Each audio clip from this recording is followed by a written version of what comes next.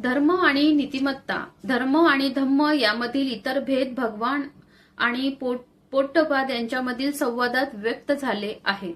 एकदा भगवान श्रावस्ती येथे अनाथपिंडकाच्या जेतवनातील आरामात थांबलेले होते. त्या समयी पोट्टपाद नावाचा एक परिव्राजक राणी मल्लिकेने तत्वदर्शनावरील वादविवादासाठी जो एक प्रासाद तयार केला होता तिथे राहत होता. त्याच्याबरोबर त्याच्या 300 परिव्राजक अनुयायांचा एक मोठा समूह होता. भगवान आणि पोट्टपाद या दोघांमध्ये त्या प्रसंगी खालील संवाद घडून आला.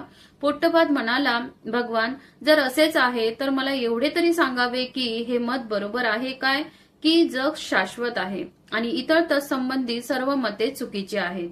भगवान म्हणाले, पोट्टपाद, मी कधी म्हणालो की हेच मत बरोबर आहे की संसार अनंत आहे आणि इतर सर्व मते चूक आहेत? कधीही या विषयावर मी काही सुद्धा मत व्यक्त केलेले